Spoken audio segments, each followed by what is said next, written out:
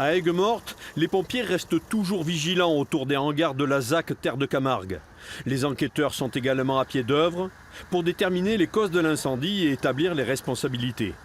Pendant ce temps, les riverains les plus proches retrouvent leur maison sauvée des flammes, avec une question en suspens: comment a-t-on pu laisser construire ces hangars à quelques mètres des habitations? On avait demandé à ce qu'ils reculent le bâtiment. Bon, ça a été refusé. Bon, pour quelle raison, j'en sais rien. Mais bon, nous, on n'avait pas suffisamment de poids pour peser dans la balance. Comme bon, je vous l'ai dit, c'est quand même des structures qui emploient du personnel et tout ça. Donc, automatiquement, elles passent presque prioritaires sur le reste. Donc, ça fait que, malheureusement, on n'a pas été écoutés.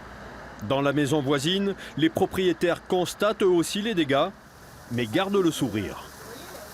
La suie fait que tout est abîmé, voilà, y compris la terrasse. Mais c'est sauvé. Mais c'est sauvé, on est sauvés, les animaux sont sauvés, nous aussi. Donc bon, on garde le moral malgré tout. Ici aussi, on veut qu'à l'avenir, les aménageurs pensent à la sécurité des riverains. Les autorités compétentes pourraient quand même se rendre compte que la promiscuité entre ce type de bâtiment et une zone résidentielle n'est absolument pas tenable.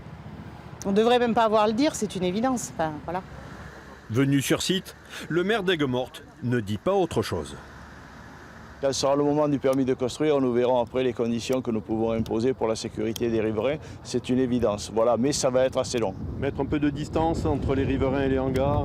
C'est sûr qu'il faudra faire une étude à ce moment-là et qu'on ne pourra pas autoriser ce qui pourrait encore mettre en danger les riverains. Tous ici savent que l'incendie aurait pu avoir des conséquences plus dramatiques et espèrent que cela servira de leçon.